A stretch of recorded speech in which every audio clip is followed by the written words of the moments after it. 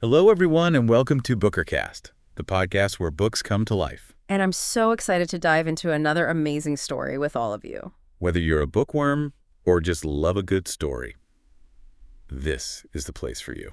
Every episode, we explore incredible books, talk about their stories and characters, and share insights that'll make you fall in love with reading all over again. All right, let's not keep you waiting any longer. Get comfortable, and let's jump right into it. Sounds good.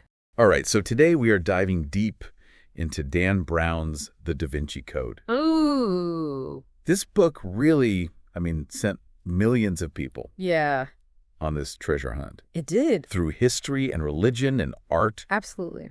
Whether you loved it, whether you debated it, Right. whether you just kind of got swept up in the craze, Yeah.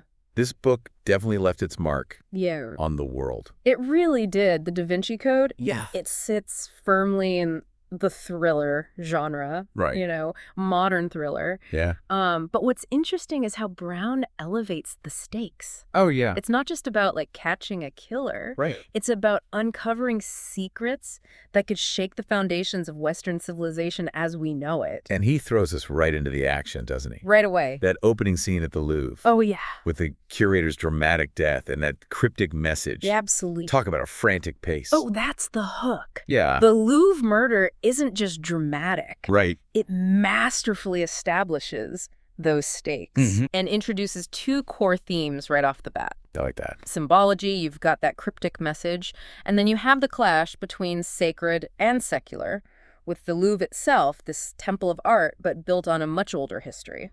Which brings us to our main players.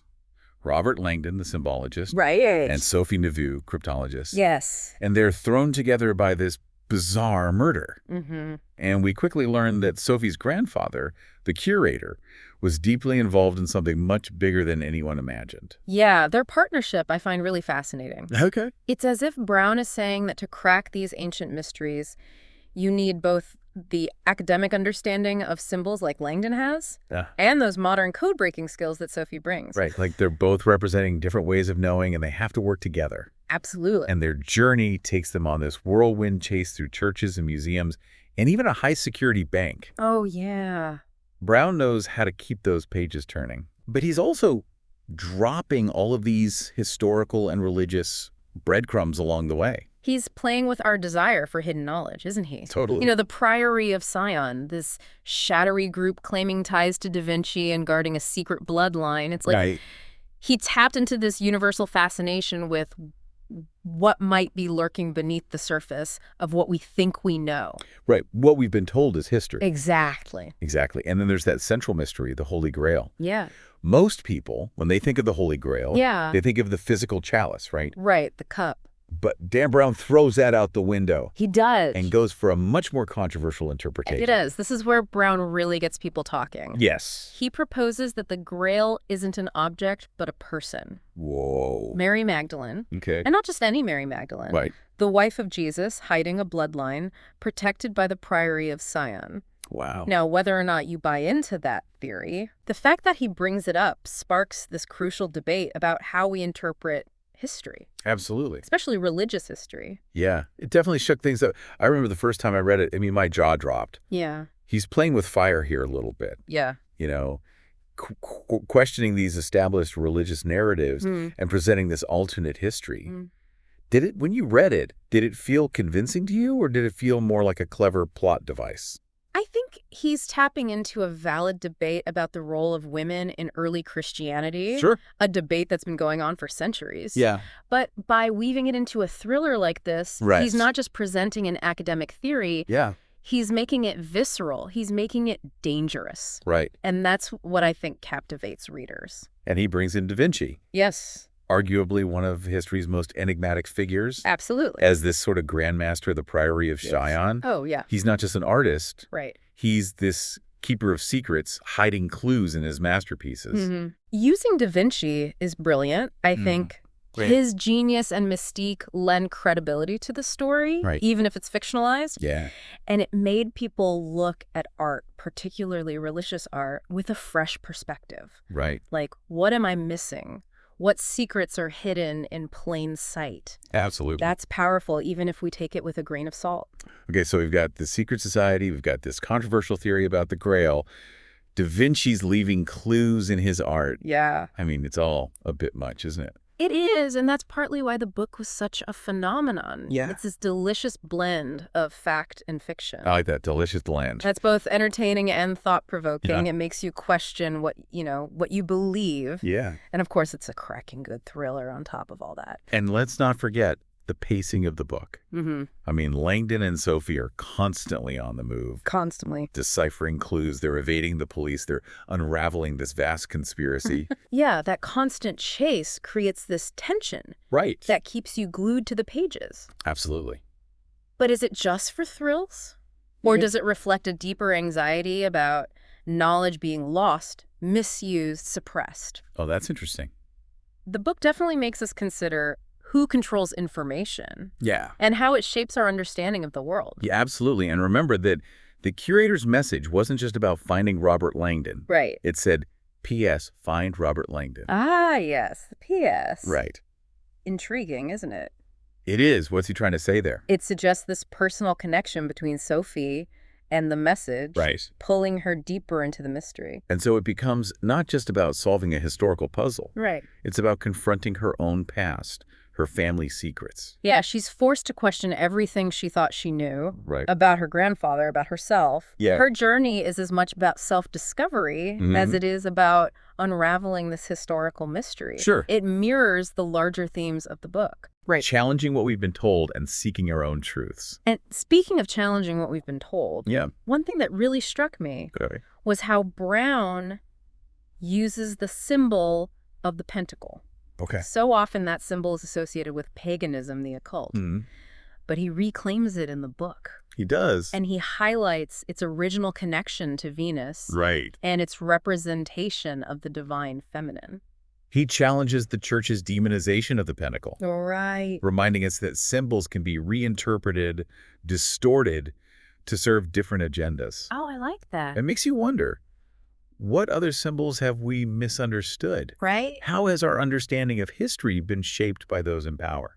It's like he's giving us this secret decoder ring Yeah. for understanding the world, but he's also warning us to be critical, Yes. to question what we see and hear. Exactly. He equips us to see the world differently, Yeah. whether we agree with his conclusions or not. Right. And that's what makes the Da Vinci Code so compelling. It's not just a thriller. Right? It's an invitation to think critically, to question, and to explore the hidden layers of history and meaning all around us. Which leads us to our next point, but we'll dive deeper into that in part 2 of our deep dive into the Da Vinci Code. So picking up where we left off, this Right. idea of reinterpreted symbols Uh-huh. really ties into Brown's exploration of the, Yeah. the sacred feminine. He suggesting that early Christianity had a much more prominent role for women, Right. a role that was later suppressed. And he uses Mary Magdalene as the embodiment of that. Right, Right. exactly. Not just a disciple, Right. but his wife, the mother of his child. Yeah. And the reason for this whole secret bloodline that needs protecting. It's a bold claim, Yeah. and one that sparked a lot of controversy, Yeah, for sure. It challenges that traditional portrayal of Mary Magdalene as a repentant sinner. Right. And elevates her to this almost mythical figure, Right. a key player in this hidden history. Which feeds directly into that whole conspiracy theory aspect of the book. Absolutely. This idea that the Priory of Sion has been working in the shadows for centuries to protect this truth. Yeah, it plays on our fascination with secret societies and hidden knowledge, doesn't it? Yeah, for sure. It makes us question the official narratives that we've been given. Right. And wonder what might be hidden just out of sight. Exactly. And with a figure like Da Vinci supposedly involved, Yeah. it adds a layer of intrigue and plausibility. That is. Even if it's fictional. Even if it is. Speaking of Da Vinci, remember that scene Yes. where Langdon's explaining the significance of the pentacle to the skeptical police captain? Oh, yeah. It's like this crash course in symbology, Right. disguised as this high-stakes chase. It's a great example of how Brown weaves that factual information into his narrative, making it both entertaining and educational. Right. And it highlights that tension between faith and knowledge that runs throughout the book. Langdon, with his academic approach, he challenges the church's demonization of the pentacle, showing how symbols can be manipulated Right. and reinterpreted Right. to fit certain agendas. Yeah, it's like he's saying, don't take things at face value. Exactly. Dig deeper. Question what you're told. Question what you're told, absolutely. And that questioning leads Langdon and Sophie on this incredible journey. It does. From the Louvre to Westminster Abbey. Right. Following the trail of clues left by Sophie's grandfather, each location they visit peels back another layer of the mystery. Yeah. And challenges their perceptions of history and faith. It does, and they encounter some interesting characters along the way. They do. Sir Leigh Teabing, the Grail scholar, comes to mind. Yes, he's like this, walking encyclopedia of Grail lore? Oh, he's almost obsessed with it. Yeah. Teabing represents that allure of this esoteric knowledge. Okay. But also its potential dangers. Right. He's so caught up in his theories that he loses sight of the human cost. Which brings us to Silas. Oh, yes. The albino monk working for the mysterious teacher. Yeah, he's a complex character. He is. Driven by faith and a desire for redemption, yet capable of terrible violence. Right. Silas embodies the dangers of blind faith and unquestioning obedience.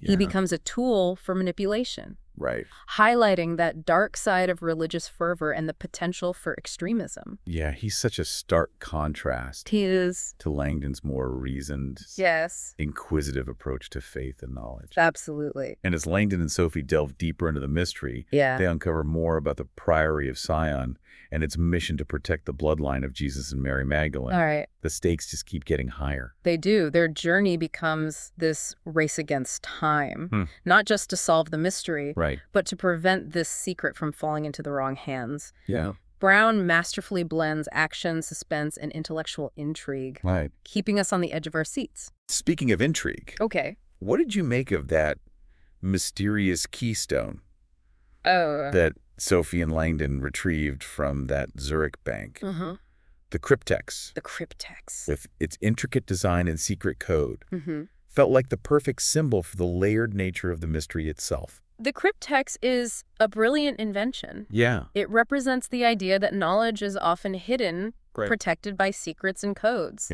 accessible only to those who possess the right tools and understanding. And it highlights the importance of collaboration. Langdon and Sophie have to work together, combining their unique skills to unlock its secrets. And their partnership is constantly tested as they face dangerous adversaries and decipher cryptic messages. It is. And Sophie's personal journey, confronting her family's past and her own identity, mirrors the book's larger themes of challenging assumptions and seeking truth. It's a reminder that the pursuit of knowledge can be both exhilarating and challenging. It can lead us to unexpected places and force us to confront uncomfortable truths about ourselves and the world. And as the pursuit intensifies, the stakes get even higher. They do. Lives are lost, betrayals are revealed, and the truth about the Grail's secret becomes more elusive. It does. It's like this high-stakes game of chess played out on a global stage. And Brown doesn't let up on the tension. No, he doesn't. He masterfully ratchets it up. Yeah. Leading us towards a climax that's both thrilling and thought-provoking. It is. And we're better for this climactic confrontation to take place than in Rosslyn Chapel. Rosslyn Chapel, that place has always been shrouded in mystery. It has. Even before the Da Vinci Code, with its intricate carvings, hidden chambers, and its connection to Grail legends. It's the perfect setting for the book's resolution. Yeah, it really is. It's a place where history, faith, and symbolism converge. They do. And it's there, in Rosslyn Chapel. That the true nature of the Grail is finally revealed. Challenging everything Langdon and Sophie thought they knew. And the truth, as Brown presents it, Yeah. it's both surprising and thought-provoking. It is. It leaves us questioning everything we thought we knew about the Grail and its significance. And that, I think, is the brilliance of the Da Vinci Code. Okay. It's not just a thrilling adventure story. Yeah. It's a philosophical exploration Right. that forces us to confront our own beliefs and assumptions. It's a book that stays with you long after you finish that last page. Yeah. Prompting you to reconsider what you believe, What you value. Right. And what truths might be hidden just beneath the surface of our everyday lives. And while Brown takes some liberties with historical accuracy, there's no denying the impact the book has had on popular culture. Right. It became a global phenomenon. Huge. A bestseller, that was translated into dozens of languages and adapted into a blockbuster film. And while it certainly attracted its share of criticism, it did, particularly from religious scholars who questioned its historical accuracy, it also sparked this renewed interest in these subjects. It did. Prompting people to question, to explore, and to learn more. Absolutely. So as we wrap up part 2 of our deep dive into the Da Vinci Code, we're going to take a quick break and we'll be right back. That idea of seeing the world in a new light, that really resonates with me. I remember finishing the Da Vinci Code and looking at art, at churches, even at symbols in everyday life and thinking, is there something more here than I'm seeing? Yeah, it's like Brown gave us this set of lenses, a new way to interpret the world around us. And whether we agree with his interpretations or not, he definitely sparked our curiosity. He did. Made us question what we thought we knew. Absolutely. And that ending with Langdon standing above the inverted pyramid at the Louvre. Oh, yeah. It felt like such a deliberate choice. Both visually and symbolically. Yeah. Like he's looking down into this vast space filled with history and secrets. It's a brilliant visual metaphor, isn't it? It is. The Louvre itself is this blend of ancient and modern with that glass pyramid jutting out of this centuries-old palace. And by inverting it, Brown is suggesting a reversal, a challenge to traditional power structures, which is a recurring theme throughout the book. It is. And let's not forget the Rose Line. Oh, the Rose Line. That invisible meridian running through Paris. That played such a crucial role in the climax. It's like this secret map, a hidden pathway. Leading to the Grail's true location. The Rose Line is fascinating because it exists. It's a real geographical feature. But Brown imbues it with this symbolic significance, turning it into this mystical pathway. A connection to the ancient world and the secrets it holds. And of course, that pathway leads to Rosslyn Chapel. Rosslyn Chapel. A place already steeped in Grail legends and mystery. It's like Brown is bringing everything together. History, mythology, geography, symbolism. All converging in this one location. Rosslyn Chapel is the perfect culmination of the quest. It is. It's visually stunning. Oh, yeah. With those intricate carvings and the hidden chambers. And its history is shrouded in mystery, making it fertile ground for speculation and interpretation. Absolutely. And it's there in Rosslyn Chapel that the truth about the Grail is finally revealed. And it's not what we expect, is it? It's not what we expect. It challenges that traditional view of the Grail as a physical object. And presents a more metaphorical, spiritual interpretation. The Grail, as Brown presents it, is not about a chalice or a bloodline. It's about the divine feminine, about wisdom and compassion, about the power of belief. It's a symbol of something much larger than ourselves. Something that connects us to the mysteries of life and death. It's a powerful message, and it resonates with so many people. You know, this idea that the most valuable treasures aren't material possessions, but the knowledge, the wisdom, and the connections we make with others. The Da Vinci Code might be a work of fiction. But it sparked countless conversations and debates. It did. About history, religion, and the nature of truth itself. It made people look at art and architecture differently. Seeking out hidden meanings and symbols. And it introduced millions to the idea of symbology. Absolutely. This fascinating field of study that explores the power of symbols and how they shape our understanding of the world. The book's impact on popular culture is undeniable. Huge, It became a global phenomenon, a bestseller that was translated into dozens of languages and adapted into a blockbuster film. And while it certainly attracted its share of criticism, particularly from religious scholars who questioned its historical accuracy, it also sparked a renewed interest in these subjects. Absolutely. Prompting people to question, to explore, and to learn more. So as we wrap up our deep dive into the Da Vinci Code, I'm left wondering, what mysteries are you curious about? What symbols and hidden meanings might be waiting to be uncovered in your own world? Keep exploring, keep questioning, and you might just find your own treasures along the way. Great advice. Thanks for joining us on this deep dive. And that's a wrap for today's episode of BookerCast. We hope you enjoyed diving into it as much as we did. Thank you so much for spending your time with us. Your support means the world, and we can't wait to hear your thoughts on this episode. Don't forget to subscribe, hit that like button, and share this episode with your fellow book lovers. And let us know your thoughts in the comments below. We love hearing from you. See you in the next deep dive. Bye for now, and happy reading.